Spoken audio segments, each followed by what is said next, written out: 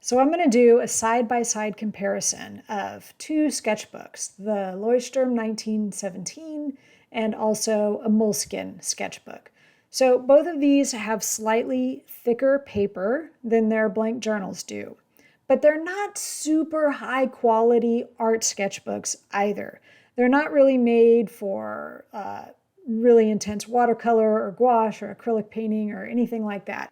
So before we get into this, I want to show you what I mean by an art sketchbook. So like this is an etcher sketchbook. It's very high quality hot press watercolor paper. And this is what I would take to go out plein air painting in watercolor or gouache.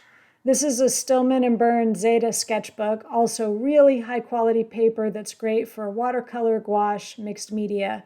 I use a lot of these, and also really terrific watercolor. It can really take a lot of wet pigment, and it handles it without feathering or bleed through. This is just for kind of mixed media urban sketching, but also more of a high quality art paper. But what I want to use a Moleskine or a Leuchtturm for is just this kind of everyday, super casual.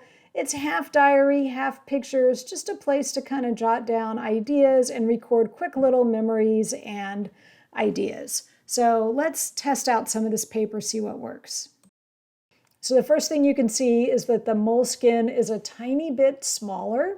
I'm going to put them side by side in just a second so you can see. Here we go. You can see that the Leuchtturm gives you a little bit more, slightly larger page size. And also the Leuchtturm has a few more pages. So instead of being 100 pages, it's 112 pages. However, the Leuchtturm is a little bit lighter weight paper. So that 150 GSM, that refers to the weight of the paper. So the lower the number, the thinner the paper. So Moleskine's is a tiny bit thicker at 165 GSM. And then the other obvious difference you can see is that Moleskine is ivory colored paper, cream colored, while Leuchtturm is bright white. And the reason this could make a difference for you is like if you want to scan your drawings, then you might prefer the bright white paper because it's just already white. You wouldn't have to do any kind of digital alterations to get it fully white if that was important to you. Some people just like the look of the cream colored paper though, and it is kind of nice. So what I'm going to be doing here is trying out a whole bunch of different drawing tools and some painting tools as well, just to see how these notebooks perform. And I started out with a Pentel Pocket Brush pen. So this is a pen that actually has liquid ink going onto the page. Now, in fairness, this paper isn't fully designed for this. So I'm sort of pushing it a little bit to see what can I get away with. And here I'm using a Pilot Parallel pen. It's a fountain pen. Also, this is like liquid ink flowing out of a little, a little reservoir, a little container. So not exactly what this paper is meant for. And I can already see that there's a little bit of feathering around the edges. In other words, when I put a line down with this liquid ink, it just sort of feathers out into the paper just a little bit. If you're used to using really high quality art sketchbooks like a Stillman and Birn sketchbook or something like that, then might come as kind of a surprise to you because artist sketchbooks are treated with sizing, which is kind of like glue that's in the paper that helps keep liquid media in their place and keeps them from kind of blooming out into the paper. Okay, so that's a little bit of a downside. I'm going to show you a close-up of it later, but basically there's a tiny little bit of feathering that happens when you're using fountain pen ink. But honestly, not so much that it would bother me for a super casual sketchbook. Now I'm getting into markers, and this is what these notebooks are made for. So like now I'm drawing with a Tombow Fudenosuke, which by the way is such a great little pen. If you're looking for a cheap, fun, easy drawing pen, the Tombow Fudenosuke is it because it's waterproof. It's got a fine tip, but you can lay it down on the side and get a little bit broader stroke. It's just a wonderful pen. So it does great with that. And then I'm also using another, favorite that every artist loves, which is a Faber-Castell Pitt brush pen. These are great because they come in so many different colors, and you do get like, again, you get a somewhat fine tip, but also you can make a lot wider stroke with it. And they come in so many colors, and it's actually very high quality ink and also waterproof. So for both of these, this kind of paper is great. Like, it can totally handle markers like this. So I'm also just going to do one more super popular marker, which is a Tombow brush pen. So these are the markers that have a fine tip on one end, like what I'm writing with right now, and then a brush tip on the other end. And they also just come in such a fantastic array of colors. So if you're into Tombows, they also work fine. I'm going to show you in a minute, I'll show you how much bleed through there was on any of these, because that's the thing. If you're looking for a more casual sketchbook, it's great if you can get like more paper for less money, but if it bleeds through and you don't want to draw or write on the other side because you can see the ink that bled through, well then, have you really saved that much money? Because maybe you're not using every page. Before we wrap this up, I just wanted to say that if you're watching this, then you're probably an artist, you're probably into sketchbooks, and I send out a free newsletter every single week with lots of cool art-related stuff in it. And then also there are these art lessons that you can subscribe to. So if you're interested, then check that out. And also if you could give this a like and subscribe here on YouTube, I would really appreciate it. So now what I'm doing is what these sketchbooks are really not meant for, which is watercolor.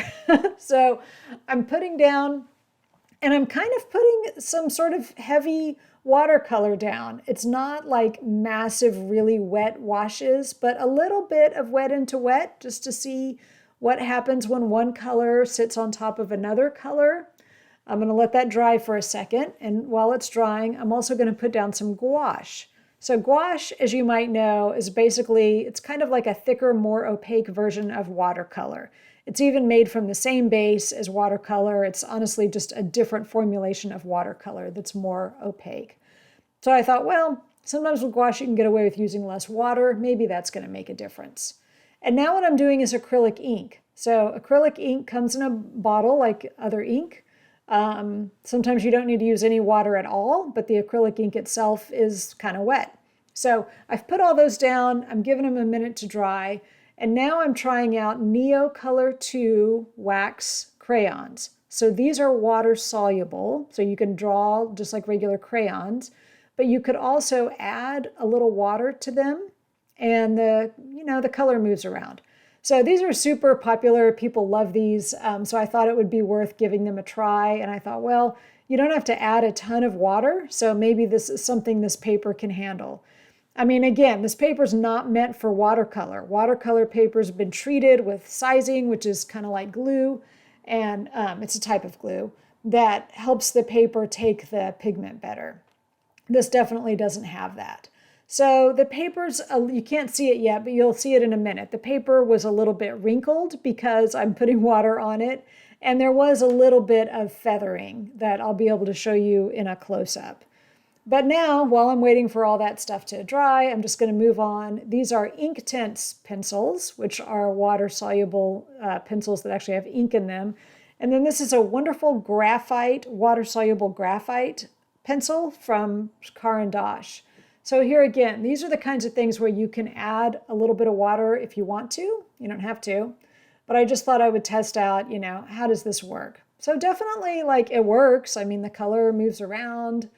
It's water-soluble graphite. It's like so beautiful. It's really fun to play around with. So the paper seems to be able to handle that okay. I'm going to go ahead and just test out a few other pencils. Now, of course, pencils are going to do great on this paper, and they do.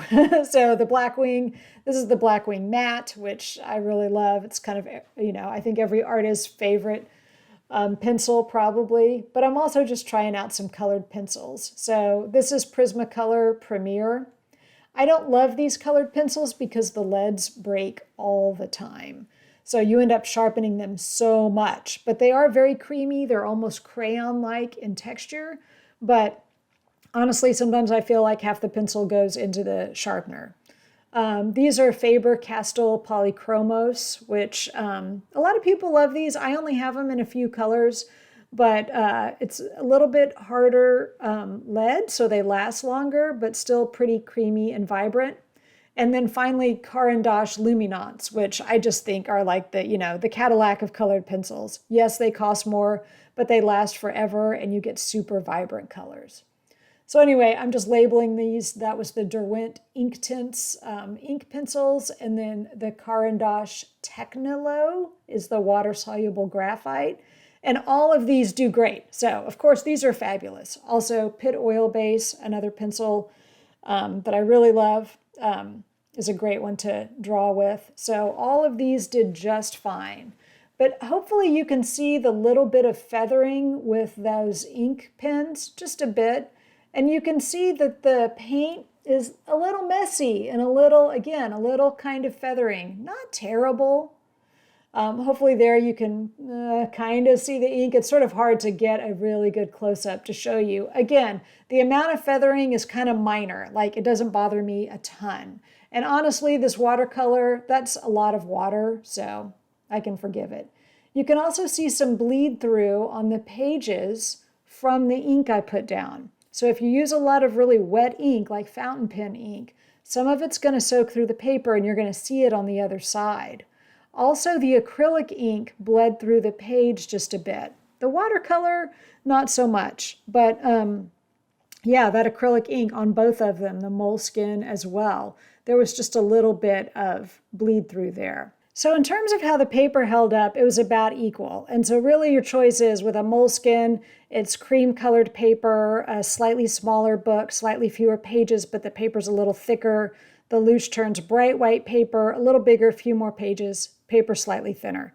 But they can both handle markers and colored pencils and stuff like that really well. And if you want to get into more wet mediums, whether that's watercolor or gouache or acrylic ink or fountain pen, this paper can't handle it very well. So it's really more for like super casual. You're just going to do a little bit. You're going to keep it pretty light, but you're going to save your major art projects for more of a sketchbook made for art.